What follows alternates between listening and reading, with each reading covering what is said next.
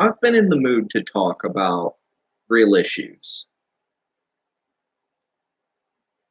Issues that relate to things that I've been experiencing. I've had a lot on my mind. Um, and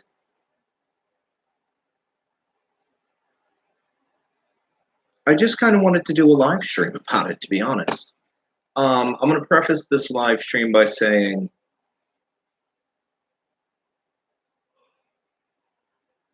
I've been going through a lot of shit lately. That's just the fuck of it.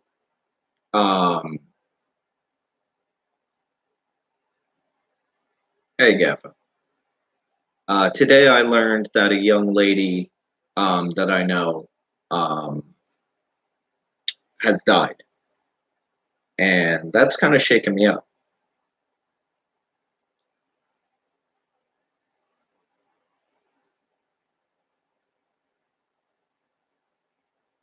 So this is going to be more of a long form video. Yeah, she's a nice girl. She had a partner.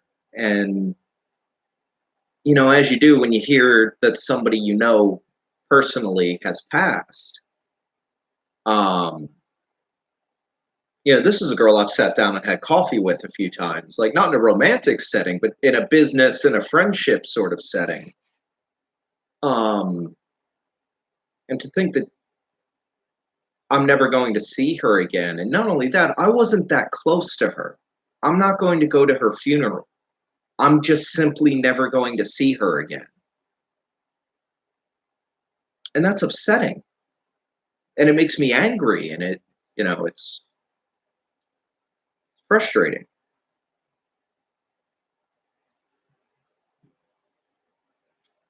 So, with that in mind, I'm going to say I haven't slept today. Time of the recording, it is 22:40 p.m. and I haven't slept since Friday. It's currently Saturday.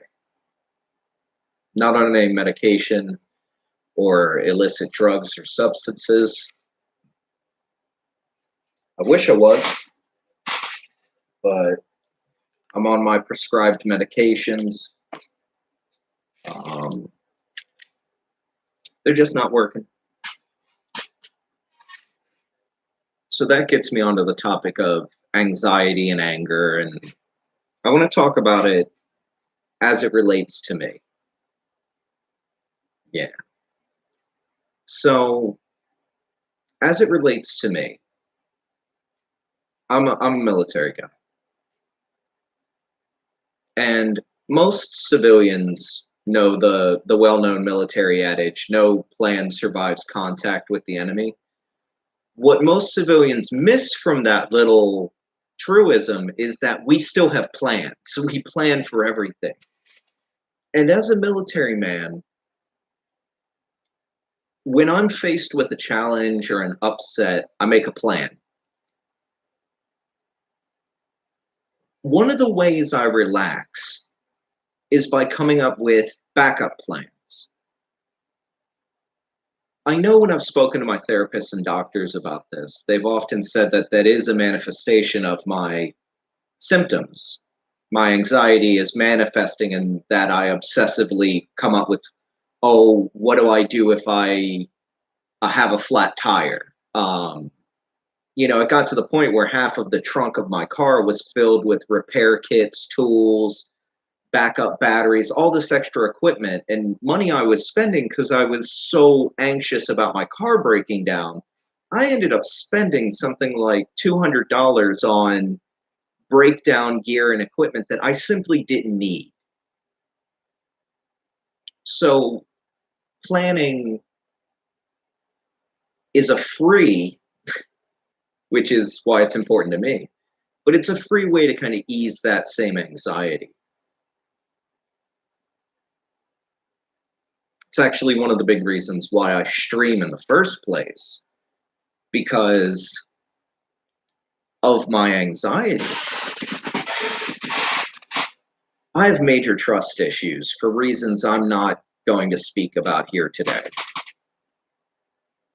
I've had my trust violated. Not by people, oh, I'm just fine, Jen. I'm just fine. I can't talk about certain things, but I'm just fine. Feel a little anxiety. I haven't slept. Um, but I wanted to talk about it.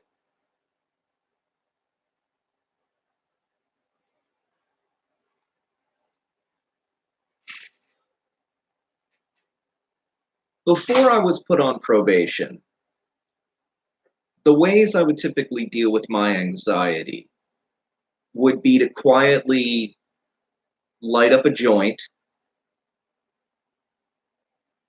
and have a rum and coke.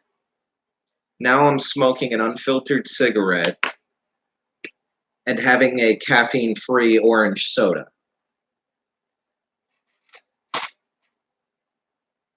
Now I know we have a strange relationship with drugs and alcohol in this country. This is prescribed by a doctor and okayed by the court. This is okay. This is okay. But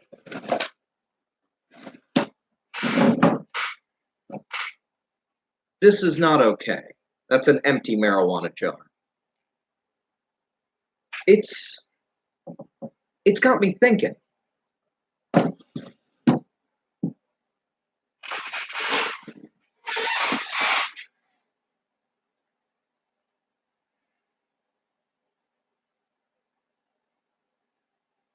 And I don't know. It is probably the anxiety talking. I've had a lot of shit go on just in the last couple of weeks. I've had people sending me literal feces in the mail. I've had my ex-partner scream at me on the phone.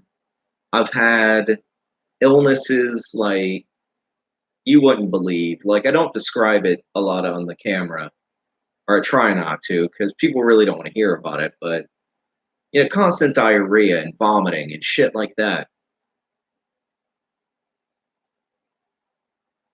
Actually took a video of it for the court. That's how paranoid I am that people won't believe me and my issues with trust and honesty and yeah, like I'm recording myself on my phone vomiting into the toilet to prove to the courts that I'm not making it up. You know,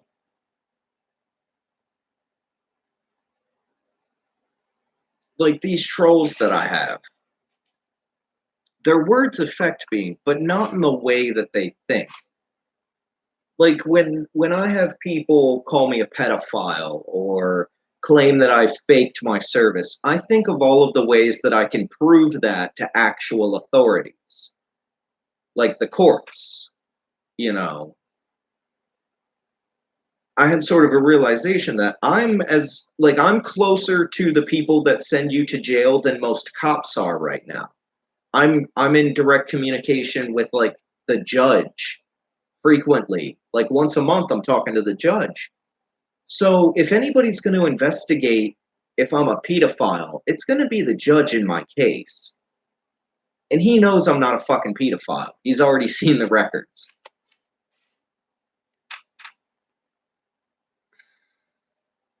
So it's almost like counterintuitive. Like when somebody makes an accusation against me, like, you're a pedo, you're a fake veteran, you didn't really deploy, you don't really have PTSD. All these like accusations, when people make threats about exposing me, a lot of times my response is fucking do it, expose away.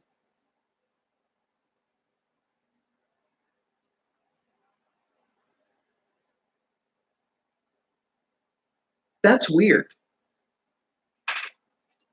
I've been talking to young men and women over the last week or so privately and asking them, how do you deal with your stress? How do you deal with your anxiety? And for a lot of people, just like just random men and women that I've met through the internet, they get really defensive. Some have gotten angry at me. Just fine. I'm just fine. But when I've asked them, when they say, so for example, I had a young lady say, oh, I'm feeling a little low. I'm like, oh, gee, that's unfortunate. Yeah. Yes, I do prefer women, adult human females specifically. If you want to get clinical about it.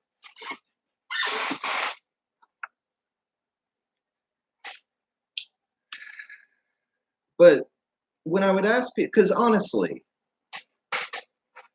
think about this. How do I know I need a joint?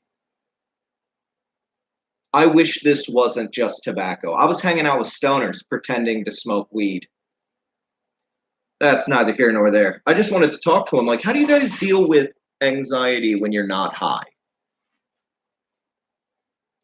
No, that is not that's not how you define lesbian. That's not how we define lesbian. I mean, technically speaking, yeah, if a lesbian is someone from the island of Lesbos. Um,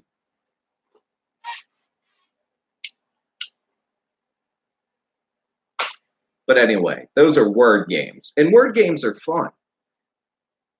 But I found that a lot of people are super uncomfortable talking about how they deal with their anxiety. And they're even more uncomfortable being asked. People really don't like being asked. I had one young person, this individual said, I feel depressed. Nope, I'm a Maryland boy. So I'm not even I'm a Marylander, not a lesbian. I joke, I kid. I'm smoking unfiltered cigarettes so I can still get the cough of smoking pot.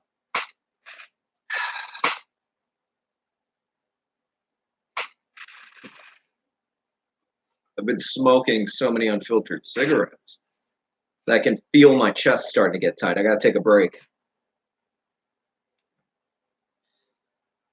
That's how I know that I've been feeling a lot of anxiety. It's just not the same. It's like it's the difference between a Mexican Coke and a Diet American Coke. Yeah, right. We all handle stress and anxiety in different ways, and like respecting that. Yeah, I can't. Check it out, man.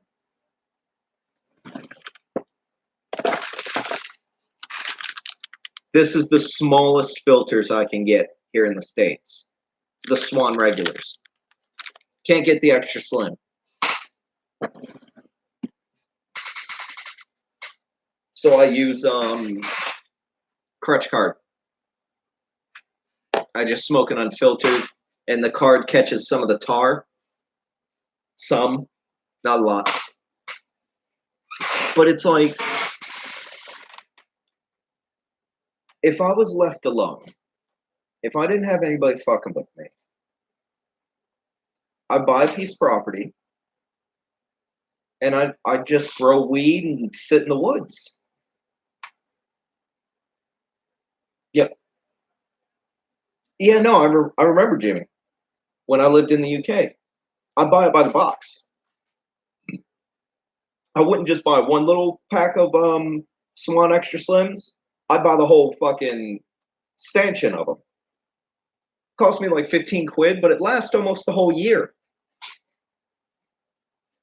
It was like 15, 20 quid. Yeah, there's 150 in a box, and then there's like 20, depending on what size you get, there's 20 boxes in a case. And I would just buy one of those little cases. So that's what, a couple thousand filters? Yeah. So that's like what? 1,000, 1,200, 1,300 for a small one?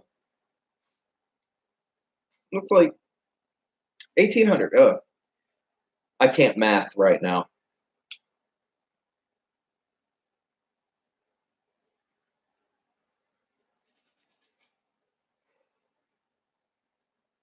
But it's like this individual, when they said, I'm feeling a little depressed, and I'm like, oh, tell me about that.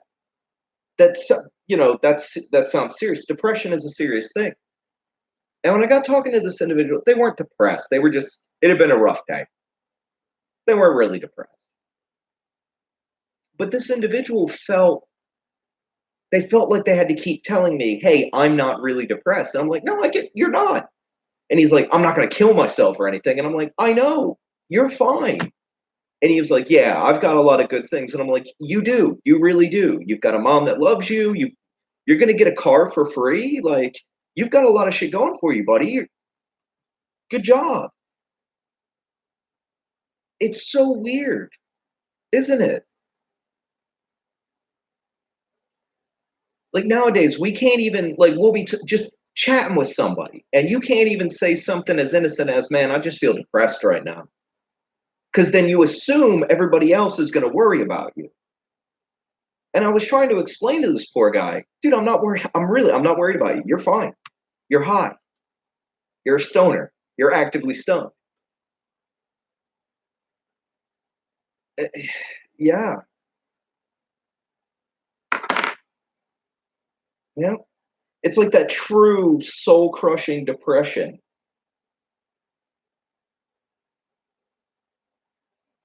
It's like death. You feel that when somebody dies, when your marriage breaks up, when you lose something really important to you, like a job you've been working at for 30 years and you suddenly lose it. That can make you depressed. The kid at Starbucks getting your order wrong and then you like breaking a heel, that's not depression, that's a bad day. Yeah. I'm like, dude, you're not depressed, you're right. Or like one of the things I've noticed when I've spoken about like mental health, every one of us who's ever attempted suicide, seriously attempted suicide, knows that feeling of planning out your own death. Somebody who's never planned out their own death, how do you describe that to them? I know it's offensive, but I used to say it's like trying to describe color to a blind person. If they've never seen color before, where do you start? Have you ever thought about it like that? How do you describe to somebody who's never felt suicidal what that feels like? Yeah, see, I've tried. Yeah, and it's like I can't describe, like, the best way I've been able to put it is I felt like I was on autopilot. The scariest thing for me about suicide isn't that I'm gonna leave my kids behind, which is horrific. Like, I don't wanna diminish that, like, that's scary. But for me, the scariest part about suicide is when I was planning my own suicide, when I was actively thinking about it, I didn't feel like I was in control anymore.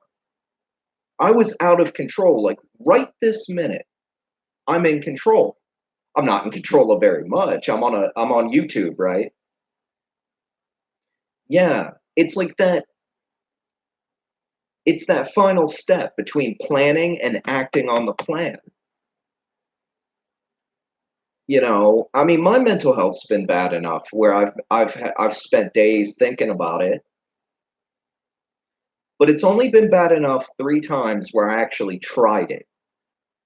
After the 3rd time, I figured I got a reason to be here. I'm going to stick around, and I haven't tried since.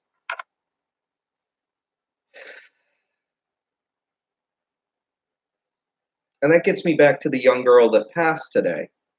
There was no crime report. There's no obituary yet. That tells me she probably took her own life.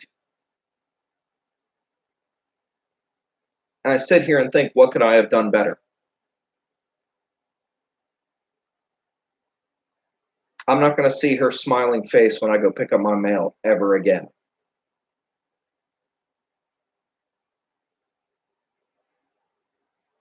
I don't know her well enough to go to her funeral. That makes me angry, almost. You know what I mean? I don't deal with my feelings very well. Yeah. Well, I want to show people a guy that looks like me, right? I can talk about my feelings. A guy with my past, a guy that was in the military. I built bombs. I've been overseas. I've done this, that, and the other. A guy with my history is comfortable enough in his own skin to talk about his feelings. And that's the thing. I think we need to get used to people publicly talking about their feelings. We've got this awesome tool here.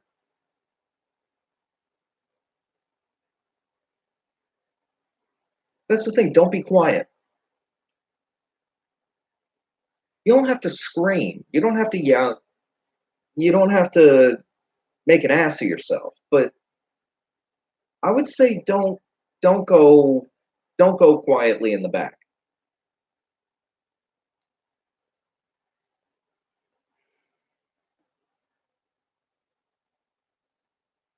Yeah, but we got to do some shit about this. Too many of us men folk are killing it. We're killing ourselves. That's a problem. I know. We got to do something. We got to do better, right? We ain't fighting each other in fucking world wars anymore. We've kind of gotten over the whole world war thing. We're doing a lot better on the racism and sexism and shit like that, but we gotta do something about the suicide thing. Because that's what's killing us men folk. We're even kicking ass on like diabetes and cancer and heart disease, the things that traditionally kill us men folk. Overeating, over drinking, and over fucking. Yeah, I mean, yeah, there's racists out there, but they're slowly going the way of the buffalo. There will always be racist cunts, but we're getting a lot better at pushing them off on their own little corner of the internet and letting them be racist cunts over there. Because, like, I was hanging out in an anarchy server. It's like a place where anarchists hang out. Yeah. We got to find a way to do that. That was the other thing that bugged me. I had to look at the bill for my therapy. I'm not paying for it. The VA's paying for it, right? Because the court said I had to go to a doctor and talk about my feelings.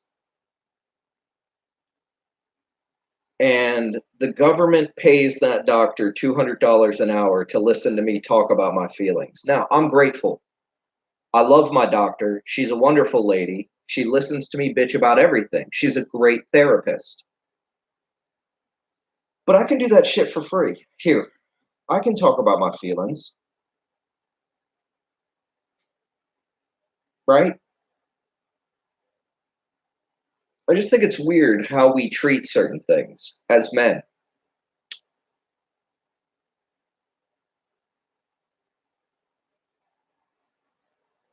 A lot of this shit just doesn't make sense to me. Yeah, nah, I'm not interested. She's got a husband. I'm not fucking a married girl.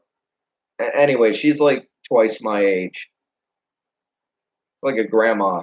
I'm not. No thanks. Not everything's about sex, Jimmy. Not everything. Most things, but not everything.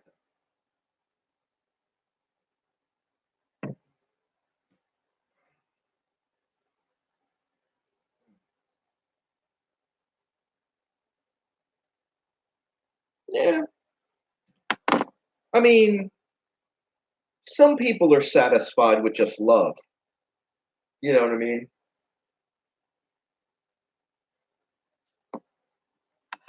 Right. Love. Getting along with people, being peaceful.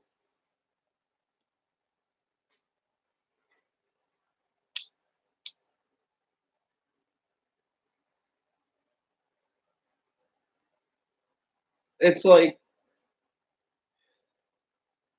one of the ways I deal with my anxiety is I'll watch things like philosophy videos where they'll talk about different Greek and Roman philosophers and things like that. And that helps calm me down. That helps me from going crazy, because being separated from my kids, that sucks, man.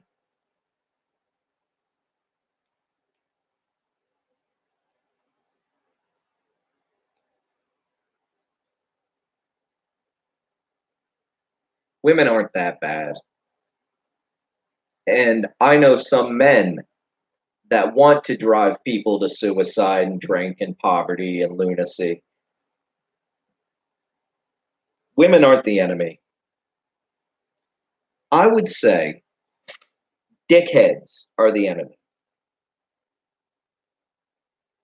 Shit stirs. General fuckers. And we all know what that means. It's nowhere written, it's nowhere defined. You assholes.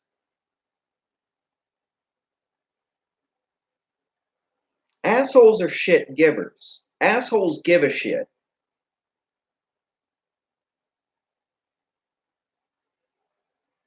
Oh yeah, Jordan Peterson. He's so fucking wise in all of his vaguely fascistic neo-Nazi ways.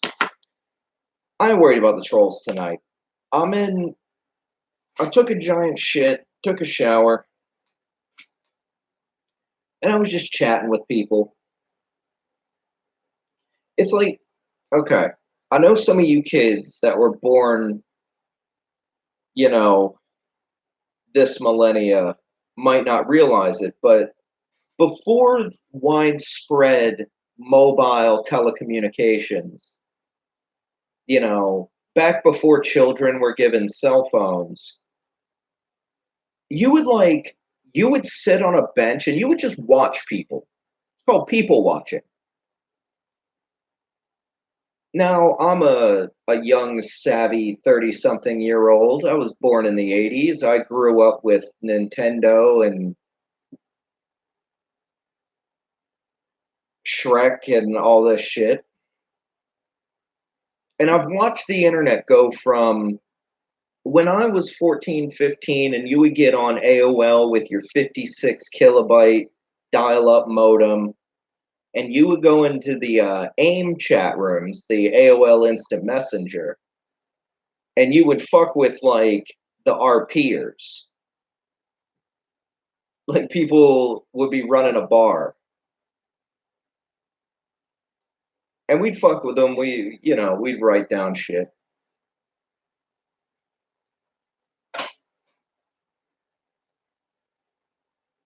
So trolling is something that immature people do. I've often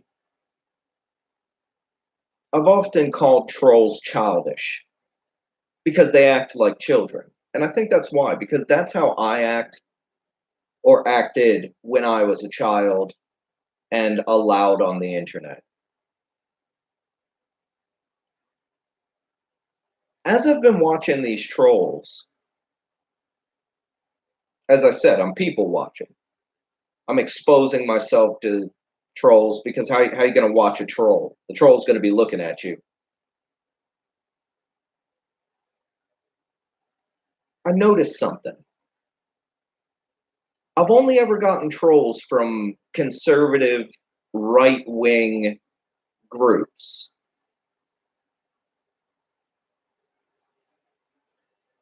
When I talk to the anarchists and the pot smokers and the liberals and the gay folk, when I talk to these people on the internet and I exposed myself to them, these individuals know my name and face, phone number, all the same things other individuals know. The only people that have ever fucked with me are the mentally ill and regressives. Jimmy Nail, I'm telling you straight up, if you don't like my content, find another channel. I'm not going to stop it. I'm going to talk about my feelings. And right now, I feel like some people take shit personal. I feel like some people watch the content I produce and think that I'm speaking directly to them. I'm not. Here's the reality of it. I'm in a room by myself talking to a computer screen.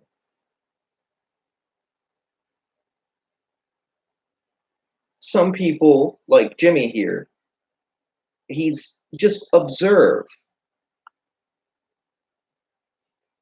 There's 7 of us watching. I've got Jimmy here, and he's getting upset and aggravated. I mean, look, he's all caps. That usually indicates somebody really wants to get your attention. And Jimmy, what Jimmy's not understanding here is I'm not here to talk about Jimmy's situation. I'm here to talk about my feelings. Talking about how I feel. I'm not telling you how you should feel. I'm not telling you what you should do. The only thing, if you want advice, here's my advice. Figure out what your national suicide prevention hotline is. Every single civilized country on earth. And to be clear, that's a country that's not actively undergoing a civil war. Okay? All of us have a national suicide helpline.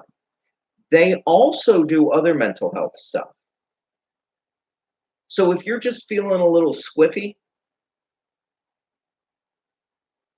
you call the National Suicide Helpline and you tell the nice young man or woman that answers the phone and asks you how you're feeling, you tell them how you feel. You don't have to tell them you feel suicidal.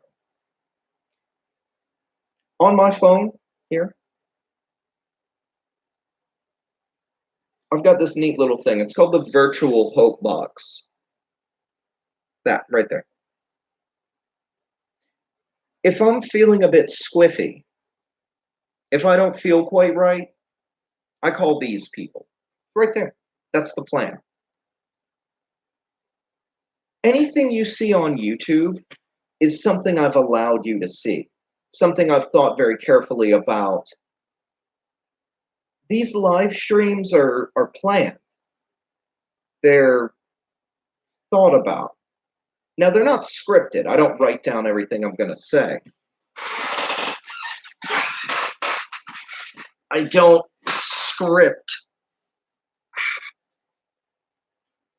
having my balls get scrunched up in my underwear. I don't script necessarily the direction these talks are going to go in, but what I am doing is I'm talking about my feelings.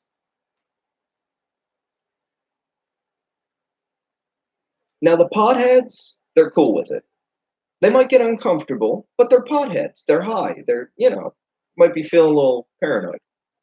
The anarchists want to tell me about how it's all the state's problem. The state is making me feel anxious, and that's why we need to bring down the state.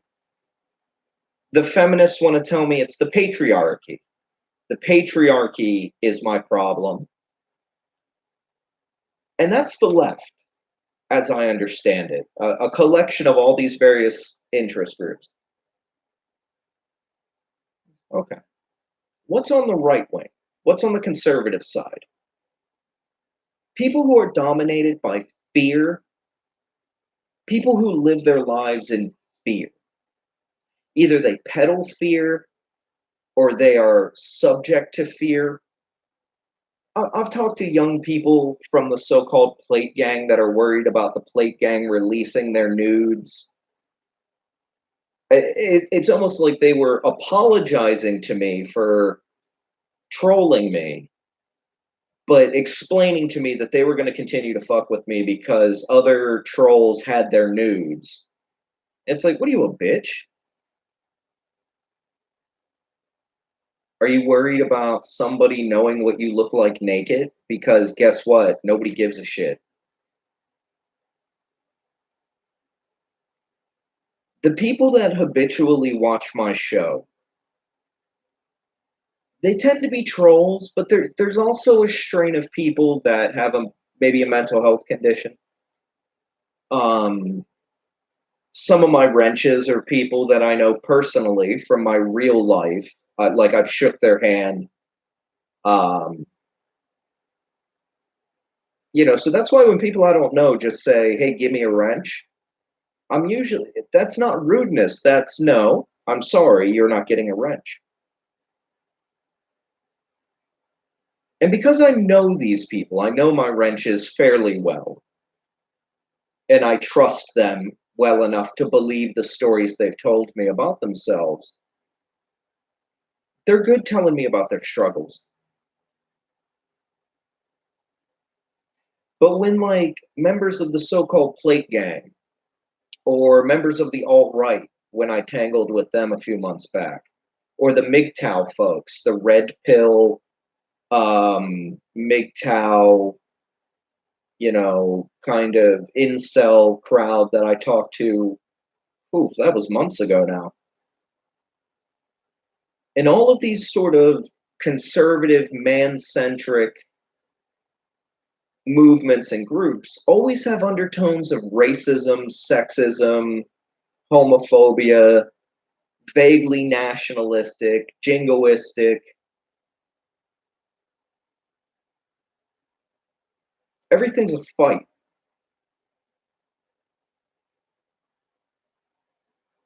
If that's one thing I've learned, not only from my talks on the internet, but also from my own experience, us men folk fight.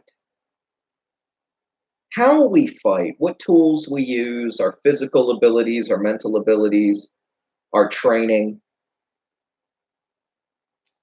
But when us men folk get angry, we fight.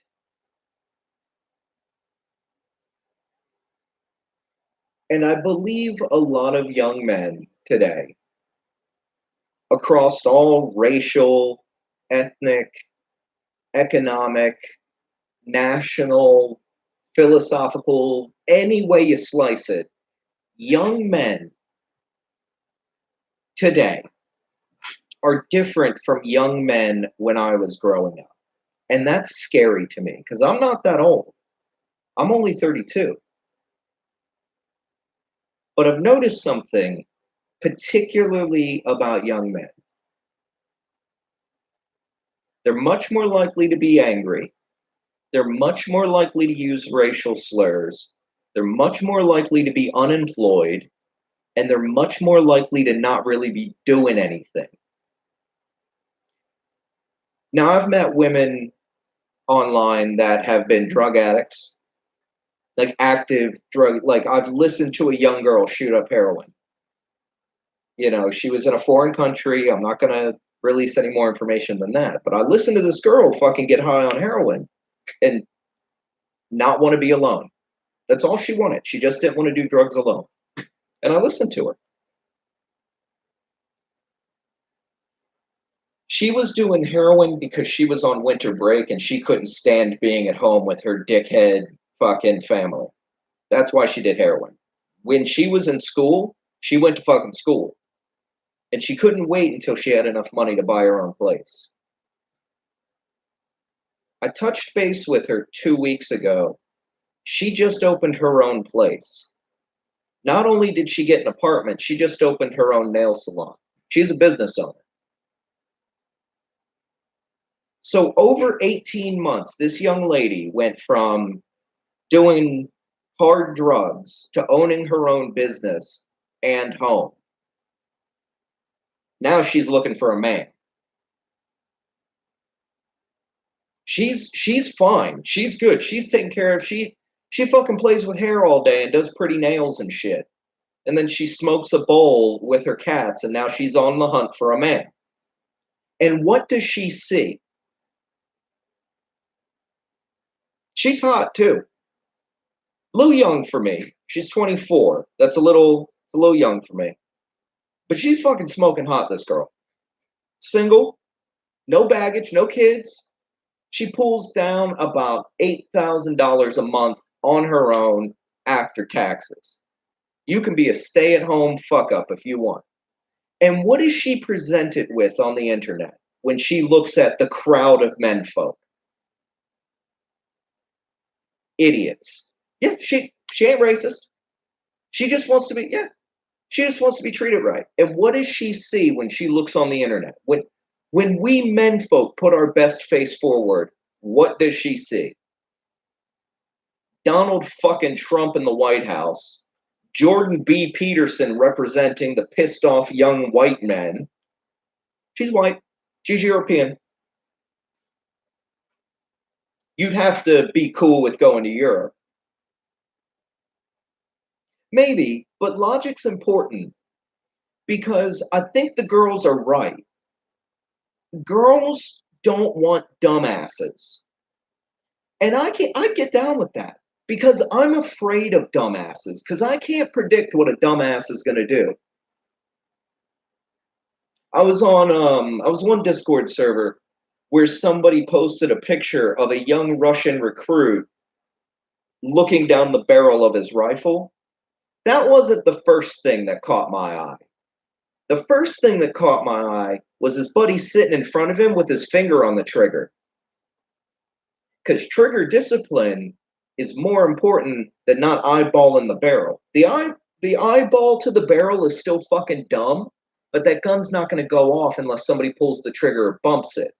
That's why you shouldn't look down the barrel of a gun. That's stupid. But putting your finger on the trigger without having a proper target and knowing that you're going to fire is exponentially more fucking stupid than looking down the barrel of a gun. And when I see some of these right wingers and men's rights movements and they feel like a fucking badass with their little fucking AR-15 and I see their finger touching that trigger, I want to slap the shit out of them. When I see young men spending literally hundreds of dollars on a fucking bong, I want to slap the shit out of them. When I see anybody who doesn't have a girlfriend and doesn't have a job buying rims, I don't know why. It's just you don't got a job and you don't got a girlfriend, and you're buying fucking rims. I want to slap the shit out of them because you're making us look bad. You got men out there acting like fucking idiots and nobody says anything to them.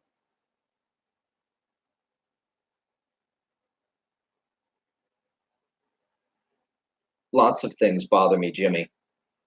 I've said it before and people have tried to bring me to task over it. Civilians drive me fucking insane. I don't trust any civilian. I barely trust military people. I don't trust any civilians. As soon as I meet you, I already don't trust you. You have to earn my trust. Some people have. Some people have lost my trust because of incongruities in their story. Other people have lost trust because of how they've acted and things like that.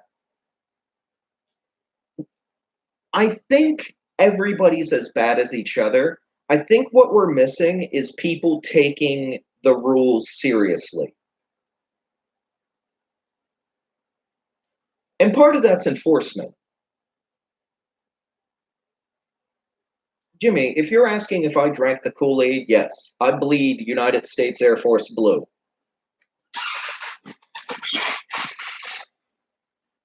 Yeah, well, like I said, I was taking a few weeks off. Ended up cutting that.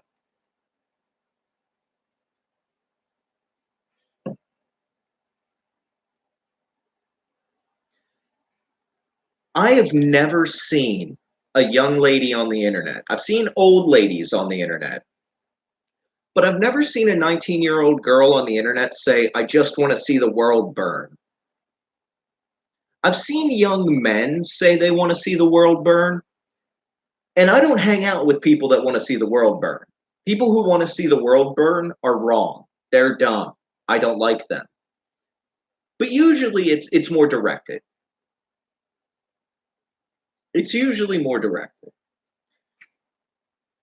Like, I've seen young ladies, for example, when their boyfriend cheats on them, say, I want to burn that motherfucker's pubic hairs off with a fucking curling iron. I've seen that, like, very directed burnage. I've had older gentlemen, when they get fired from a job, all of a sudden say, I want to burn this fucking plant down. I've seen that. That's, again, more directed. I'm not unblocking anybody on Discord. I'm not going to entertain Plate Gang. I got what I wanted. I saw what I needed to see. Like the memes the Plate Gang chose to use, gore, executions of homosexuals, bombings, things like that. That tells me a number of things. A, that tells me that the members of the Plate Gang are educated enough about modern geopolitics to understand what could be considered offensive to a current war's military veteran.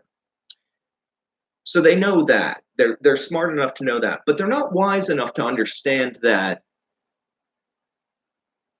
it's not cool to fuck with veterans. People typically don't like that. Even if you are anti-war, most people are not pro fuck with soldiers.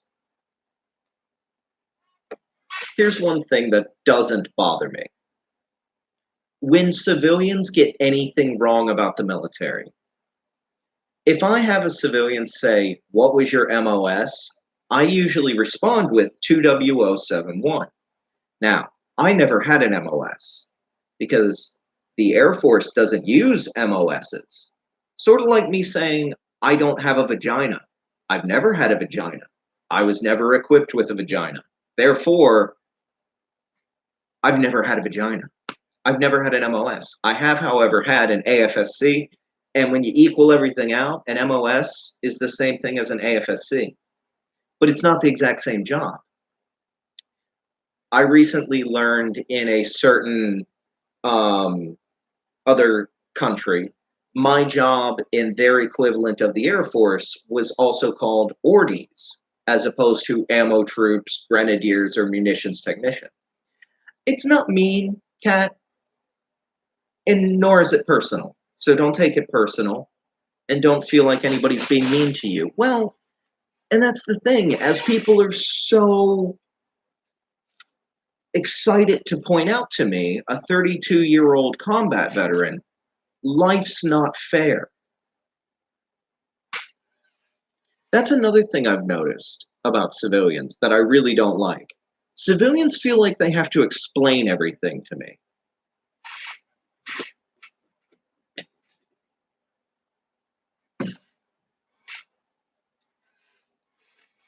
I don't get that. I know why I feel like I have to explain a great many things. Because typically, people don't know what the fuck is going on. For example, having to explain to a city cop that federal law supersedes state, county, and municipal law. I know, but right now, I'm really shying away from Discord, to be honest. I don't need Discord. It's convenient. I don't need it. YouTube is very convenient. So I'll be staying on YouTube. But Discord, I don't know.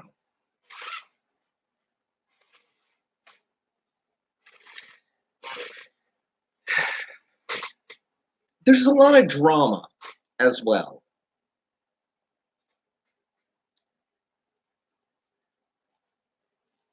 For example, look at tonight's live chat. Usually I interact with the audience, and that's what you are. You're an audience. You're not paid to be here. Unless, of course, you are, in which case I'd ask you why, who sent you. That's kind of odd. You know, that would lead to further questions. But more to the point, you can leave. They win what, Jimmy? What do they win?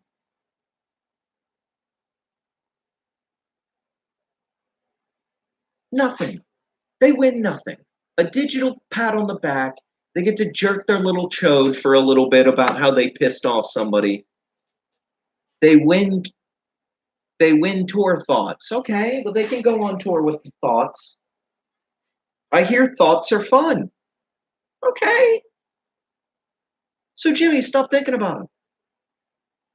And stop thinking about how you're going to save me from the trolls.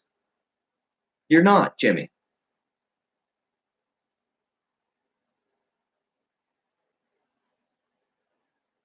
I'm talking about me on my channel.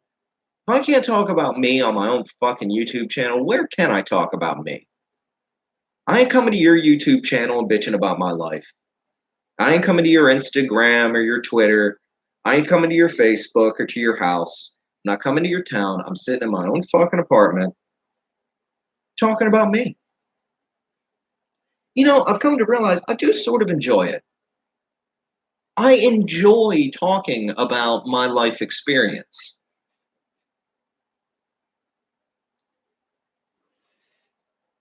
You know, Jimmy, that's what education does. When you go to be educated, you allow entry into your mind. It's not a conspiracy, boo boo.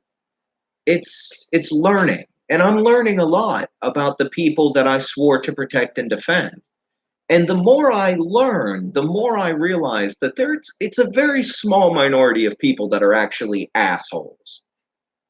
Most civilians I've met are lovely people. Yeah, sassy.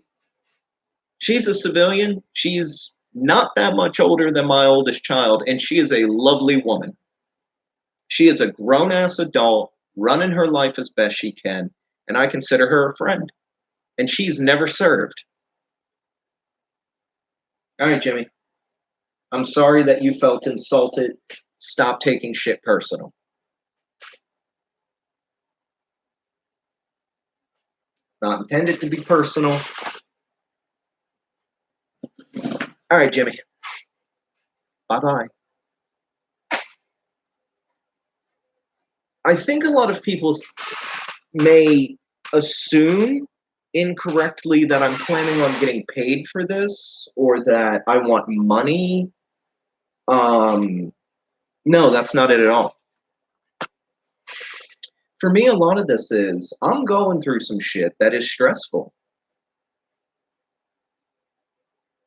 Right.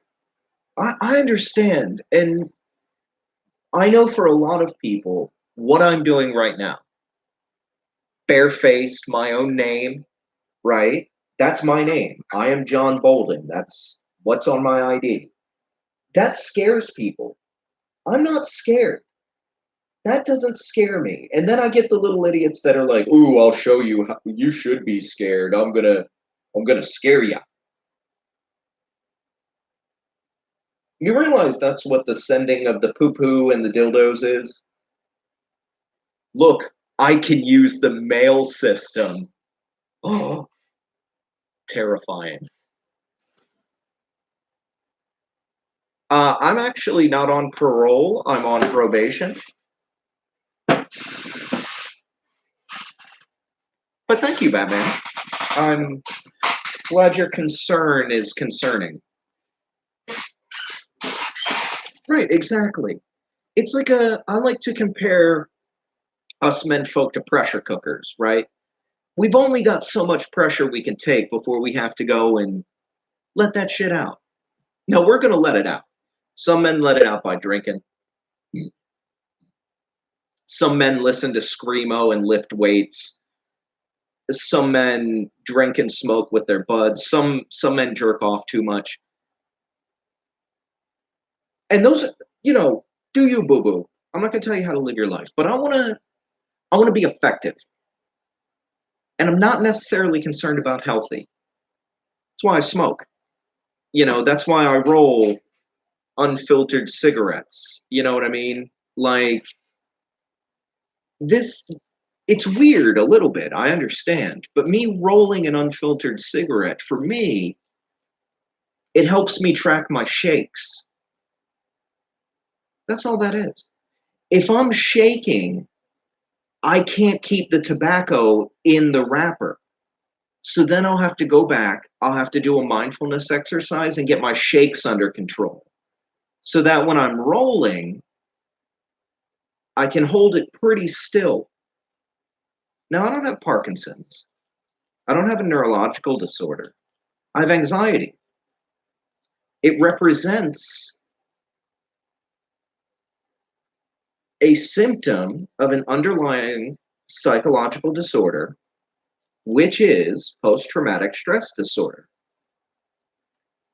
My post-traumatic stress disorder diagnosis stems from a diagnosis of combat stress in July of 2007. This is all documented. And despite what some individuals may have insinuated in the recent past,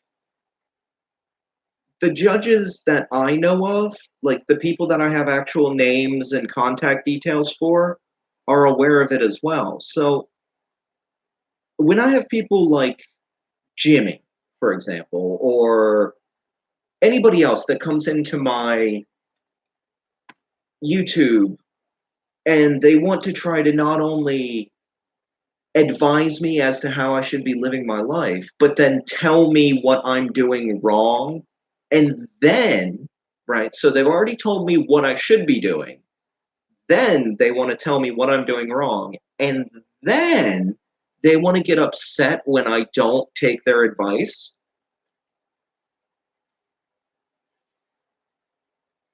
I don't get that. See, in the military, we don't often give it unsolicited advice, right? So I would never go to my captain and say, "Hey, Captain, I got an idea for you, boss. How about this?" No, no, no, no, no, no. Little, little Sergeant Bolden is going to shut the fuck up and go back to whatever hole he dragged his ass out of. Now, what I could do is make a suggestion. I could ask to discuss policy with the captain and say, "Hey, Cap, I got a question for you. I'm a little stuck on something. Can you help me out with this?" I want the captain to give me advice. So then I can then go to the captain and say, "But gee whiz, Cap, you ever thought of it? I just brain zap, you talking about that, you educating me on this, it's just made me think we could do this a better way. What do you think, Cap?" That's how this works among men, if you want to use that term. Now, I've had this exact same interaction with females. I've had it done in reverse to me, where I told a young female airman, "All right, get off the truck, do this, do that." I'm, giving orders. And she goes, "Yes, sir. Hey, after the operation, can I talk to you about something?" And I went, "Okay." Now, I was scared. I thought she's going to tell me somebody touched her and I'm going to have the world's going to end because I'm going to have a rape case on my hands. No, she wanted to point out that if I walked around the truck a certain way, I would save myself some time. Yes, Scaffa, that's it. That's it. It's like, you should smoke dope. That's not really an option right now. Oh, you suck. No, well, it's more complicated than that. Oh, you're a faggot. No, I'm not. And it's like, oh,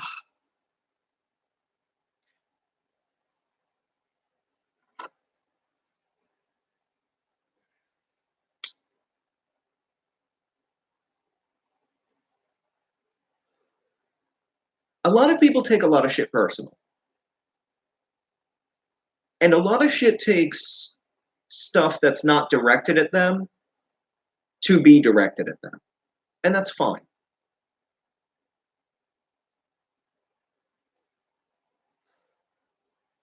But don't tell other people how to feel.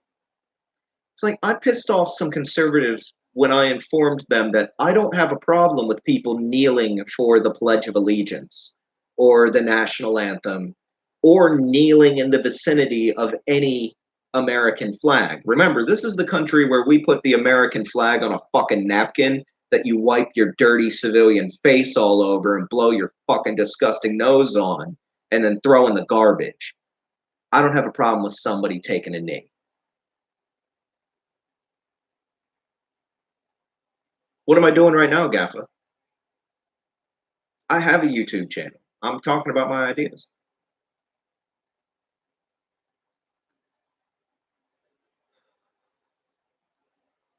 If I'm saying something that resonates with a couple of people and that inspires them to be good people, that's good enough.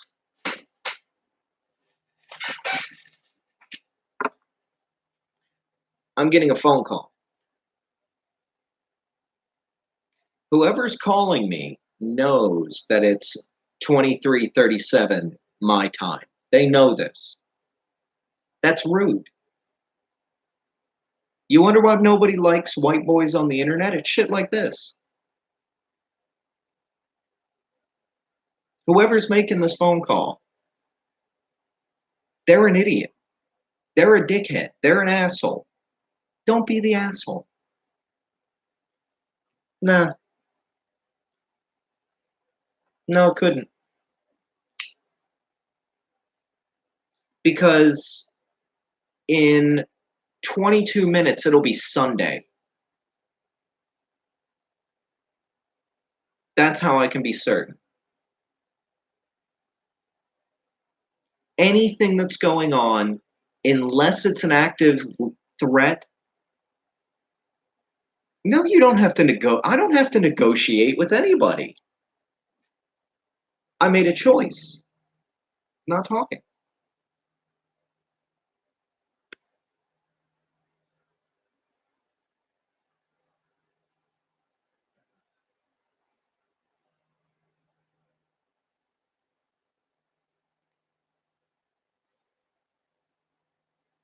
The people that need to get in touch with me for serious reasons don't call my phone at 11:30 at night from a private number. They just don't. They don't call me on Sundays. They don't call me from private numbers, and they don't call me in the middle of the fucking night.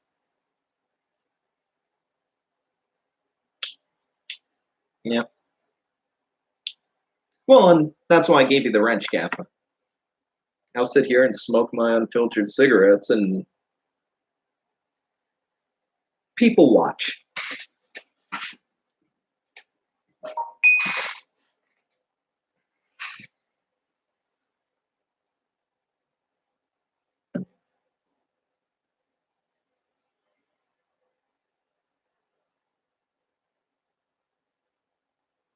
Ooh, Stormy Daniels tweeted a photo.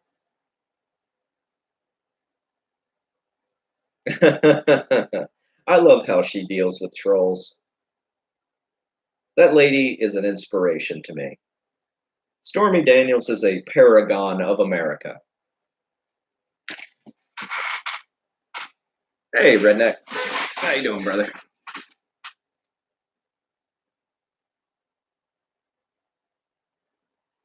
Oh, awesome. Thanks, Gaffa.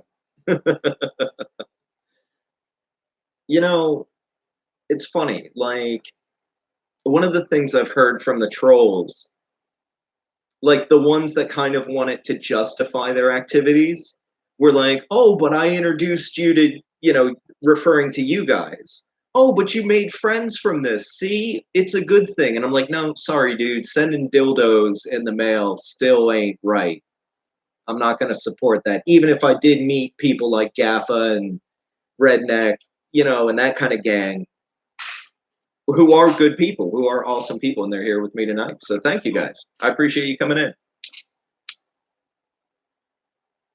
That's the thing, though. I can accept positive things that happen to me, like meeting people like Gaffa and Redneck and Fat Boy 440 and other people that might not be watching right now.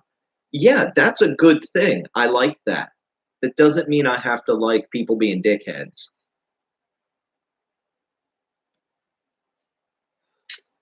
I just didn't know. I don't like giving names unless I slip up. But hey, Andy. Hey, Brie. Uh,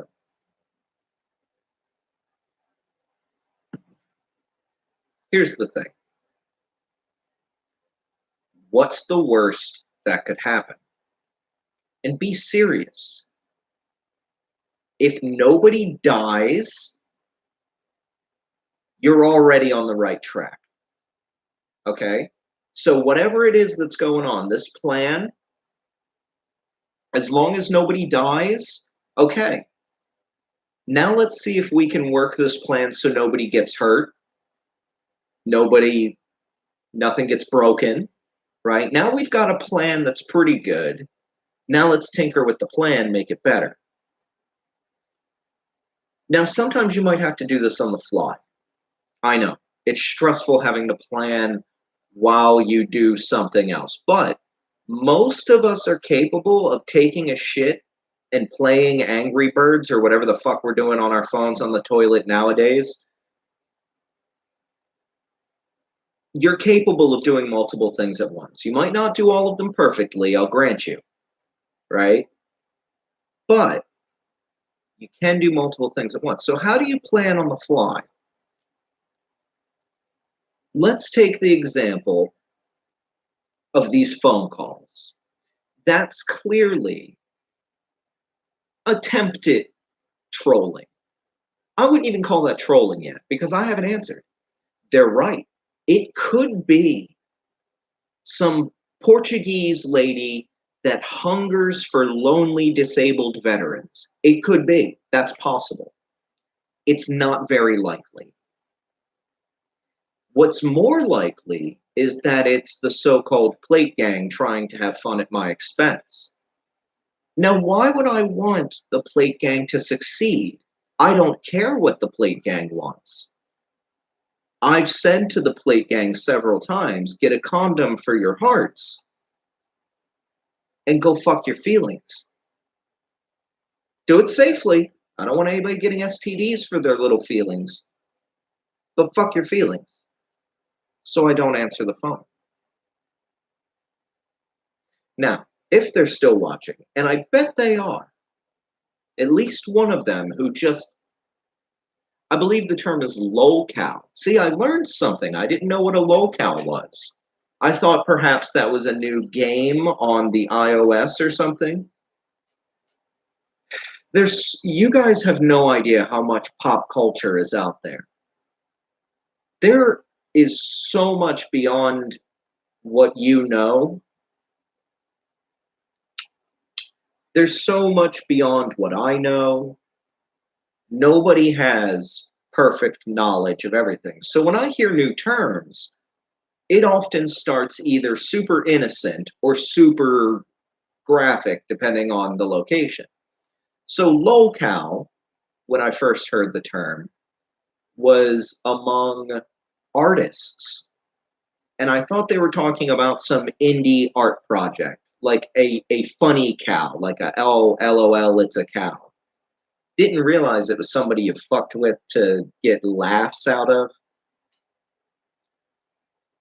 I'm like, huh, lolcow. And then in this Kingdom server on Discord, where they fuck with the plate gang and they watch them. They're gonna watch them. What are you watching, man? They're the anti-plate gang, by the way. There's a group of people after plate gang. And I took a step back, right? And I'm like, oh, fuck it all. I don't care. It costs the plate gang real money to send me poop in the mail. They spent money on that shit.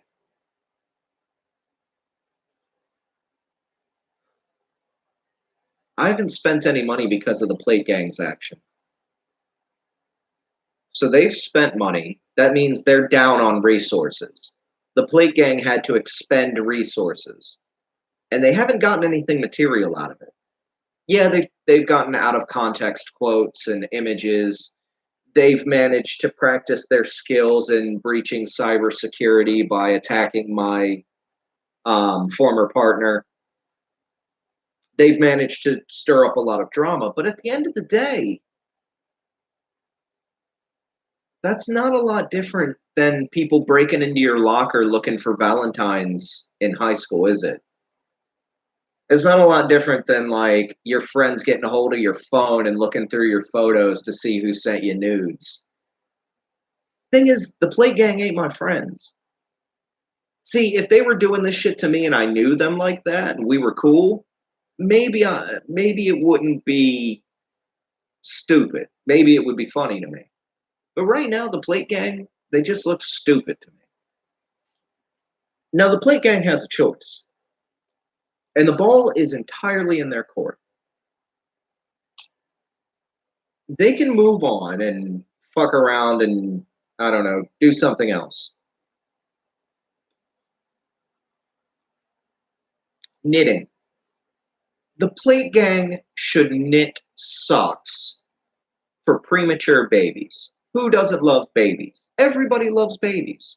You could spend this time that you fuck with other people on social media platforms, still do it.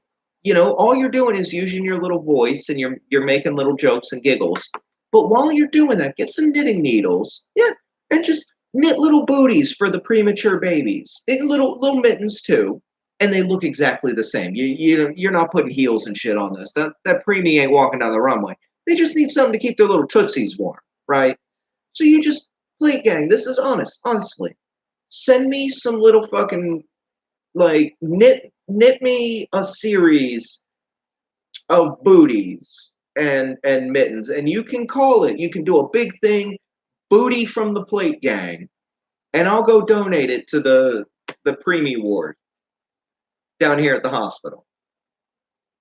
And you guys can do something positive instead of making memes about people having dicks inside of them, or making jokes about throwing gay people off a roof. But use that energy. That's a lot of energy there. That's got power in it. And as young men folk, use that power for something good.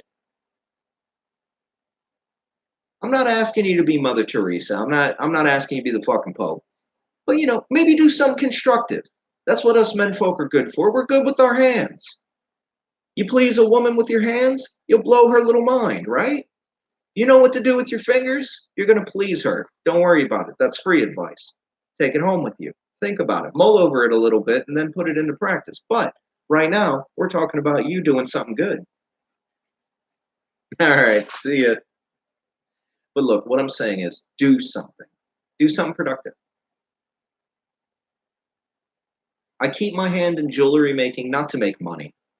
But whenever I have a friend that's having a birthday, I don't buy birthday presents. I make them one. I don't turn up with a macaroni fucking gift card, you know, bullshit like that. I make them a pendant with gemstones in it, or a ring, or something like that. It's a good use of my time.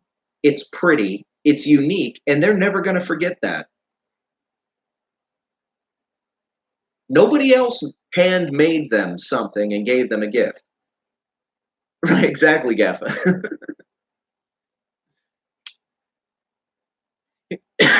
Here's the thing, Kat. I'm not special. I'm not unique among veterans, but a lot of people are right. Most veterans don't want to talk. Most veterans want to be left the fuck alone. To be perfectly honest with you guys, the plan, like I said, I plan everything. When I came back to America from England, after I basically said I can't keep fighting in the courts, I can't keep up this drama, it's killing me. I'm going back to America so I can get a VA hospital. And I could have picked anywhere. I could have lived in any state. If I wanted to live in fucking Hawaii, I could have. I was an overseas veteran. I'd been living overseas. My home of record didn't really count anymore. And I've been to every state of the union except Alaska and Idaho, so I could claim residency in any one of them. I picked Washington State for a reason. Reason number one, cheapest flights back to the UK. Flying from the UK to Seattle and back is the same price as to and from New York and to and from Las Vegas most of the time. So that narrowed it down for me. New York, Nevada, or Washington State. Then I looked at the VA because I'm moving back to America for my own care, but I want to have access to return to the UK in case my children need me.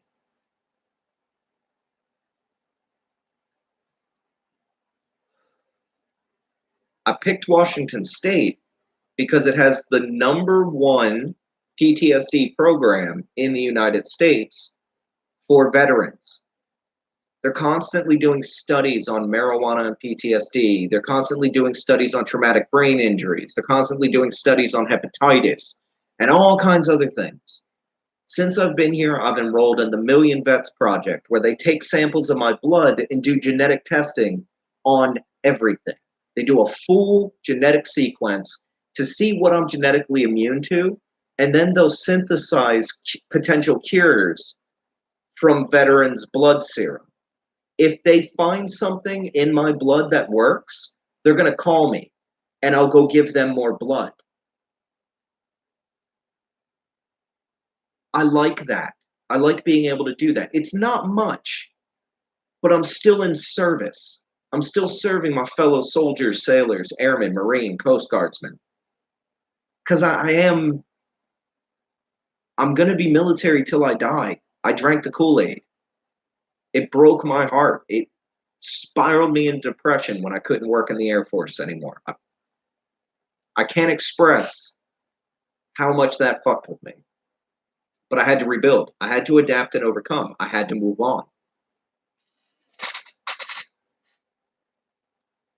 So I make it work. I can't be in the Air Force. I can't be in the United Kingdom. Where can I be? Well, I can be in Washington State. Not ideal. I'm not that close to my kids. The jobs that I'm qualified to do, I could work for Boeing. But politically, I don't agree with the military-industrial complex. I don't like how Boeing influences politicians and elections. So I'm not working for Boeing.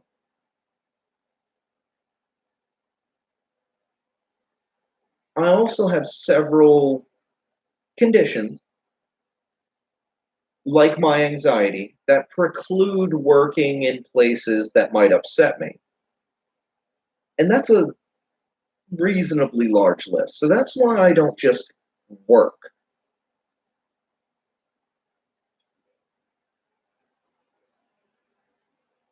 I do all right. I'm not rich. I get paid a VA disability payment every month in compensation for damage done to my body directly due to my service. Now, I have bumps and bruises, scars, and broken bones from other things. They don't count. Just what happened to me in the military was enough for the military and the federal government to agree that A, I'm not faking, B, we have the paperwork to prove it, and C, this guy's fucked up enough to where we're going to pay him money. That's all it is. You too can have the exact same benefits I have. You just have to go to war first. That's all. You don't even have to kill anybody. You just have to volunteer to go to a war zone and get shot at. And you only have to do it for 30 days. Anything less than 30 days, you don't qualify for all the benefits, but it's usually the 30-day mark in a combat zone where you receive what's called hostile fire, imminent danger pay. You had to get paid for it. Just flying through, not quite good enough. I know some guardsmen and stuff, they may have spent a week, You gotta get a combined total of 30 calendar days. Doesn't have to be all at the same time, but if you spent a grand total of 30 days downrange or 1 month of hostile fire, imminent danger pay, you qualify. Go get some help. It's what I did. It's how I'm working on my anxiety, my PTSD. It's why I'm not drinking, a shit ton of rum every night. I'm not doing that anymore. I used to. That was shitty. I made a change. I'm not drinking that much rum anymore. I'm currently sipping on caffeine-free orange soda. I'm not a Mormon. I just recognize that it's about fucking midnight and I'd really like to sleep tonight.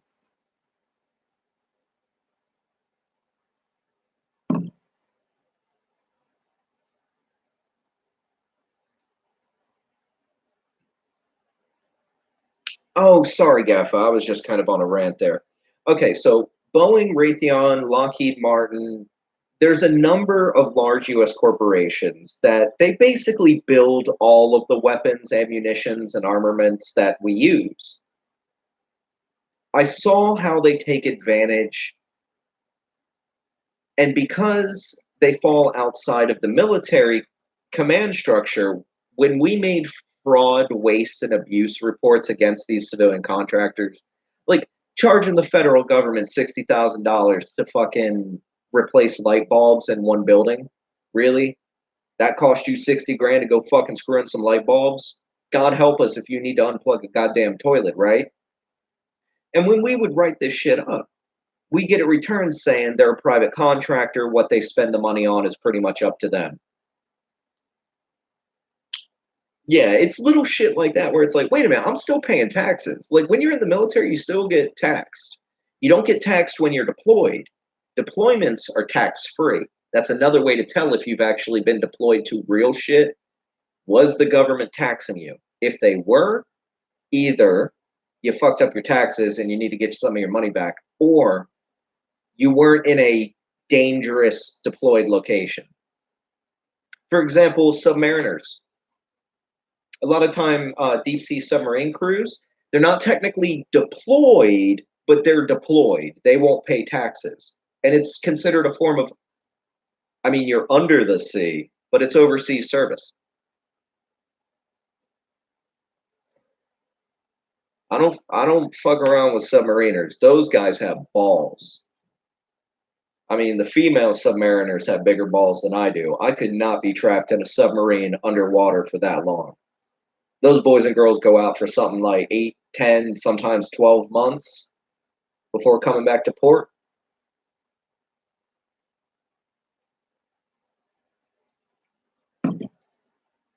And that's what I would remind a lot of my airmen. It's like, hey, you're an E3. Just think about this. You can see the sky. There's an E3 on a submarine somewhere in the middle of the Atlantic who hasn't seen the sky in 4 months. Stop your bitching. And he's getting paid the exact same money you are. So shut up. That's how it's done. A lot of the younger cats don't get that because they don't have the frame of reference to understand what's okay to bitch about, what's a gripe, what's bitching, what's complaining. Like we use those words interchangeably, but they're not the same thing.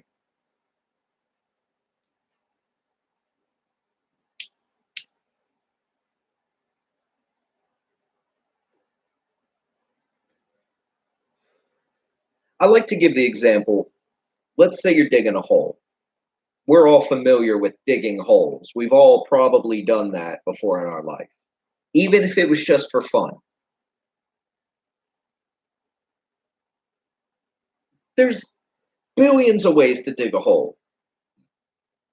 You can do it with your hands, you can get a shovel, you can use your feet, your boots, you fucking however you want to dig this hole, you dig the hole. But if I order you to dig a hole and I give you like I say, okay, it needs to be a foot deep and about a foot wide, and I give you a fucking spoon to do it with, you can bitch about that. That's kind of mean. I could have given you a post hole digger, but I'm purposefully fucking with you a little bit. Bitch away. That's okay. You can bitch about that. You can't really complain about it because you're clearly being taught a lesson for some wider reason. I had a chief. His punishment for dereliction of duty of any kind, fell asleep on duty, failure to yield at a fucking stop sign or something. I don't know. Any infraction of the regulation up until it got to like criminal shit, right? If you fucked up, this chief would have you pick every clover flower out of the grass. The bomb dump had 60 acres of grass. And you would go out and you would pick all the dandelions, all the buttercups, all the clover flowers, because that chief wanted green grass, not green with yellow and white specks. Now, if the chief was feeling nice, he'd let you have the keys to the riding lawnmower and you just have to mow the lawn. If he was feeling not nice, he handed you a plastic bag and told you to go start filling it up with flowers. Now, the chief knew damn well that when that poor unlucky airman walked out of the chief's office, that airman was going to bitch. Nobody wants to spend their Friday afternoon picking flowers in the middle of a fucking munitions storage area. Nobody wants to do that. But it's better to do that than, for example, get a letter of reprimand that could affect your chances of promotion a year down the line. You know what I mean? And this is where we get into the concept of being proportional. What's proportional?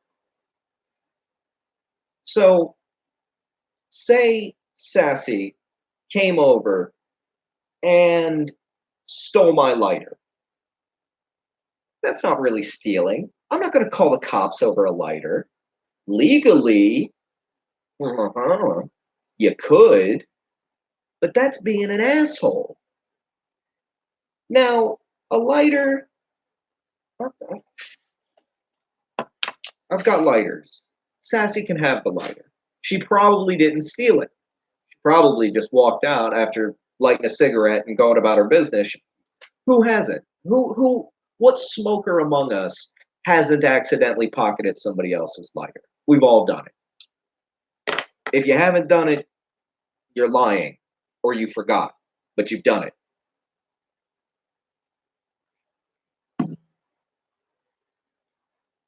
So let's not call the cops on people who walk away with a lighter. But if somebody comes to your house and walks away with your earrings, how well do you know that person? If it's a friend, you know they're struggling with drugs, and you trust them enough, confront them. Say, hey, give me the fuck. Go buy them back from the pawn shop, give me my fucking earrings back, and then fuck off to rehab. Maybe you don't call the cops on them. But if it's a friend of a friend, fuck that guy. Call the cops. You don't know that motherfucker. They steal your earrings, they steal a bracelet, a watch. Fuck that guy. You don't steal from people. That's rude. In the old days, you just go beat the fuck out of that guy and get your shit back. That's the old days, though. We live in the future. So be proportional, be appropriate. Now, obviously, if a masked marauder comes kicking down your door, defend yourself, obviously. But I've noticed everywhere online, nobody knows where to draw the line. Everybody wants to talk about like theory and shades of gray and, what ifs. I see so many what ifs. What if the sun burns out tomorrow? You'll know in 7 minutes. Right now, don't fucking worry about it. You know what I mean? Like, it's one of those things. There's some things you really got to stop worrying about. There's other things. As a society, we need to come together as human beings and decide, where do we draw the line? What is a human being? A lot of people still struggling with this one. I know what a human being is. I'm not worried about it. I know where human rights begin, and they don't begin before that point. And believe it or not, you still have some human rights even after you die. You ever thought about that? You can't just have motherfuckers going and digging your dead ass up. You know, you realize that, we have laws against these things as well. Yeah, sure. People don't go out and dig up dead bodies and shit because that's gross and stupid and yucky and kind of fucking weird. But we do also have laws against it because some people are fucking weird. You do have the fucking weirdos out there that need to be specifically told, hey, Billy, don't go digging up grandma. Yeah? I saw you digging up the fucking dog.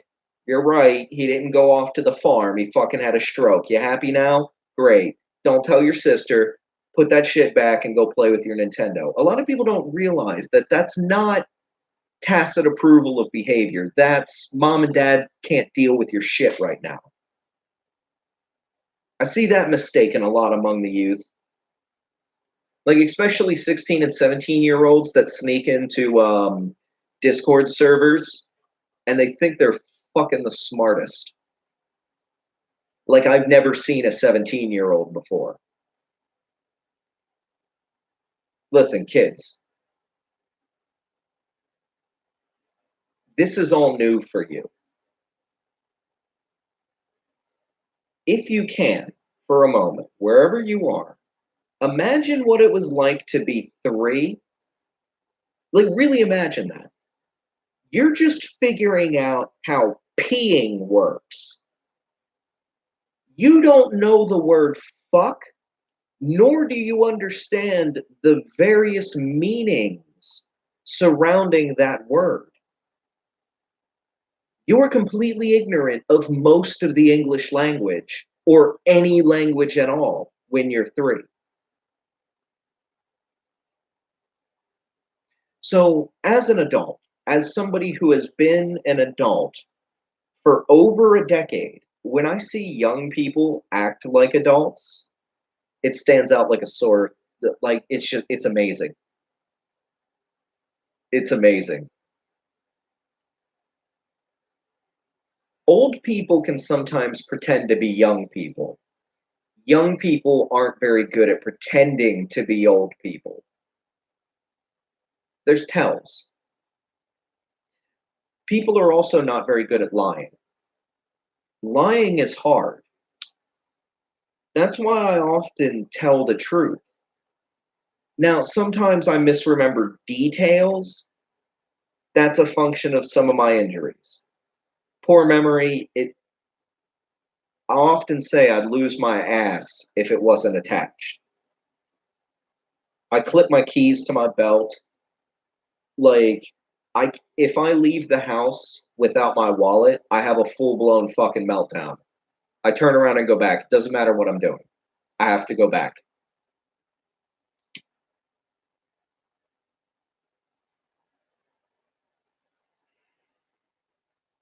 You can't fake that. Not really.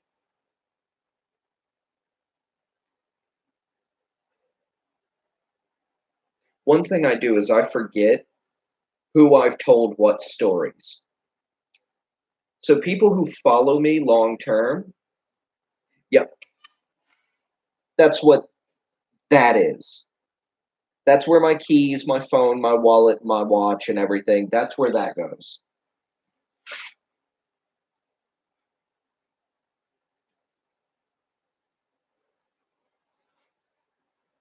Yep, keys are on it now, actually. And I have a big red, if you ever look at like munitions and stuff, like aircraft munitions, you'll see these red tags that say remove before flight, and you have to take the tag off because it forces you to look at whatever it is the tag was attached to. So I have a big red flag on my keys, so I always know, okay, there's my keys. Even if I'm like working at a workbench, yeah, mine's bigger. Humble brag, humble brag. Oh man. Oh, that's another thing I wanted to clear up. A lot of people ask me why I'm always wearing that robe. It's because usually when I'm in the house, I don't put on clothes until I leave the house and I sleep naked. So putting on the robe, the bathrobe, that's usually just so I'm not nude while live streaming. When the cameras are off or I'm in the bedroom, I ain't wearing clothes, man. There ain't nobody in this apartment. That's all that is. There's no secret to the robe. It's actually it's falling apart. That robe's like 3 years old, and terry cloth does not last that long.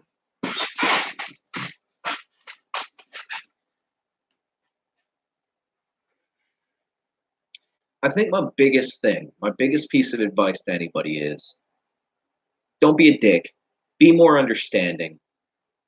Know that you don't have all the facts. Just know that. If you think you know everything, you don't. You just don't.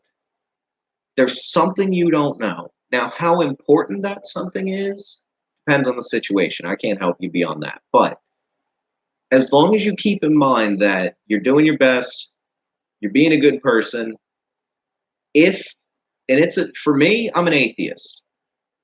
It's a big if. But if there's an almighty, make sure you can present yourself to the almighty with your back straight and your head held high. Okay? Just don't be a dick. We're not in the military, we fuck with each other, but we're not really dicks to each other. The guys who are dicks, we don't fuck with them. They get put in an office somewhere, usually up at squadron or flight where they can't bother nobody. They get to go get babysat by the first sergeant for the rest of their career.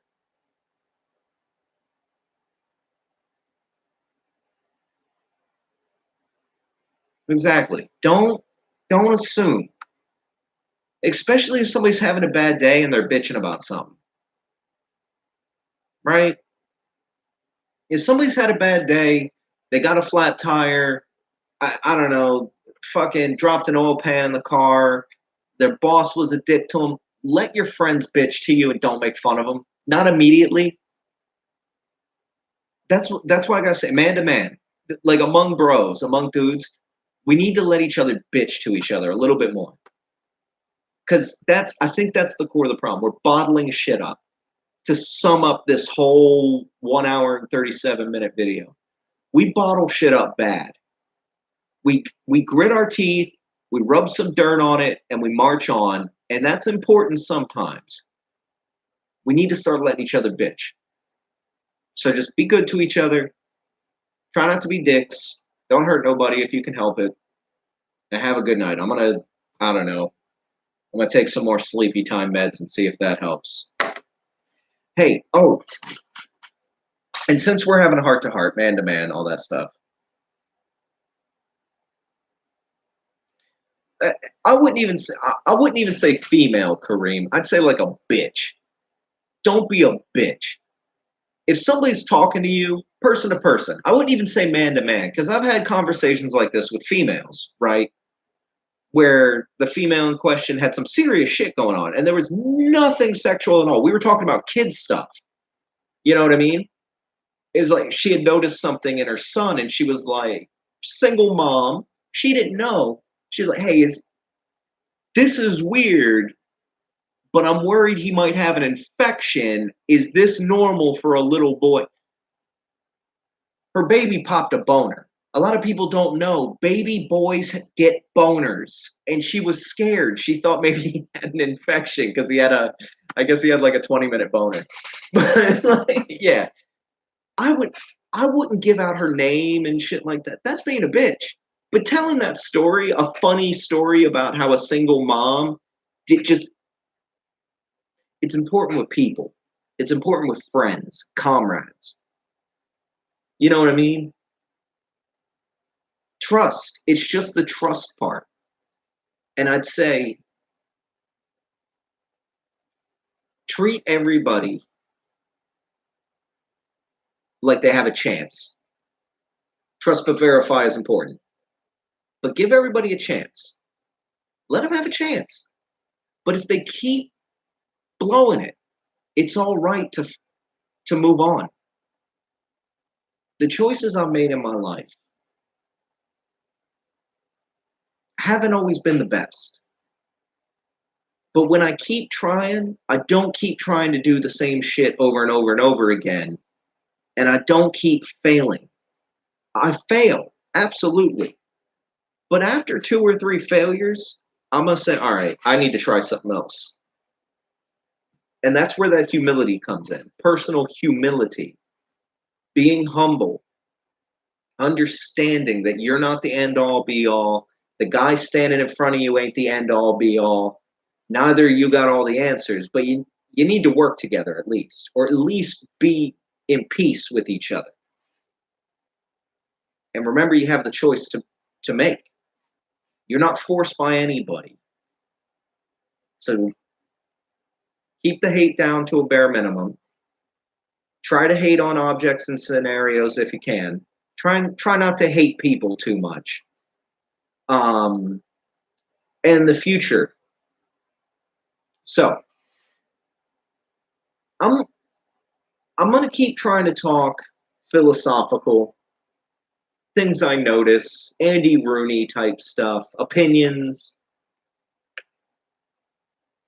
I'm not going to get into talking about my past as much unless it relates to a news article or something current. As I've said in the past, I have a past. My divorce was ugly. My divorce is also finished. I no longer have a wife. I'm a single man. I do not have in-laws. I do not have a wife. So I don't want to hear about wives or in-laws. I'm not going to talk about them. I'm just not. So if you want to discuss my previous marriage, do so elsewhere. Because I'm empowering my moderators, my wrenches. Anybody that mentions my ex-wife's family, or my children, unless you're already a wrench, you're getting a ban. That's it. Don't talk about my ex-wife. Don't talk about my ex-wife's family here in this place. I'm not going to be doing it. I don't want to get baited into it. I don't want to get drawn into a conversation about that. I want to make it clear that there is no non-disclosure agreement. But I want to show good faith and willing, and I want to take the first step towards peace with my ex-wife by at least trying to show that I'm not going to be talking about her and her business and what she's doing. But I do want to be very clear. I do love my kids.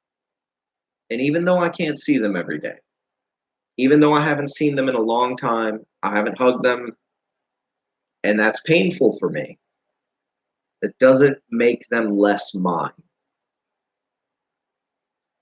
So I want to be very clear about that. I'm not abdicating my rights as a father. That's all I'm going to say on that topic. Going forward, I've been looking more and more into it. I couldn't sleep, so I got bored. Once my probation, and I'm even going to ask my attorney when I speak to them next week, but according to my probatory, the documentation, I'm not allowed to consume marijuana. But I wonder if I can grow it. Because I've been thinking about getting involved with maybe, when I get my place, when I buy a home for myself, I really do want to set up a little greenhouse and grow. And I'd love, I found all of these people who grow marijuana and they film it and everything, and they, like, the time lapse of the plants. That was really neat. I was watching that today. And how meticulous it is. I think I might try to grow not just marijuana, but also fruits, vegetables. I'd love to grow my own potatoes and carrots and stuff, because a lot of the potatoes and carrots I get from the grocery store are fucking bad. They got soft spots and shit on them. I want fresh fucking vegetables. And I know it sounds paranoid, but I'd feel a little less anxious if I knew from seed to crop I handled that product, and I really like fresh corn. I want to grow corn as well. So I think I'm going to be transitioning this channel to me talking about my opinions, shit that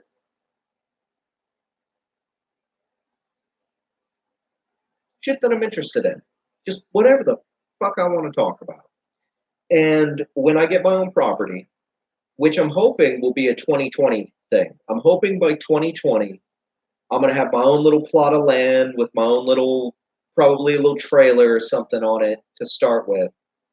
And I'm hoping I can show you guys start to finish as I plan it out, doing it all myself. It's gonna have to be cheap, so I've been looking at planning like how cheap can you build a greenhouse, and if I do reclaimed materials, and there's a couple of veterans programs that will help. They call it what is it? Vocational rehabilitation. Where as long as I volunteer so many hours a week building houses for Habitat of Humanity, they'll give you like offcuts and stuff or like excess materials. You can buy them at cost. So, like, say if I only need a couple of posts and things, I can, work for them basically, but not have to kill myself because I can't commit to doing that 60 hours a week. But I could lend a hand for a day. Get some plastic sheeting to set up a dry or a grow house. And I'd love to film it and like show you guys how I've built this greenhouse, how I go from seedlings. I'm going to try to grow marijuana when I can, because that's definitely legal in Washington State. I just don't know how my current situation would relate to that. But also stuff like tomatoes. Um, and yeah, just kind of like showing you guys how it goes and how, I guess, if you're interested, how you could do it yourself in a small space, because I'm going to be starting super small. So just, I don't know, keep myself busy, not engage in the drama and shit like that. Like, I've seen it, I've dipped my toe in it, I see how it works, and um,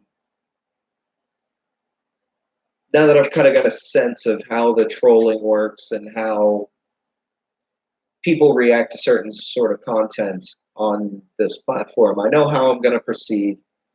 And yeah, I really look forward to being a successful small time bullshit YouTuber.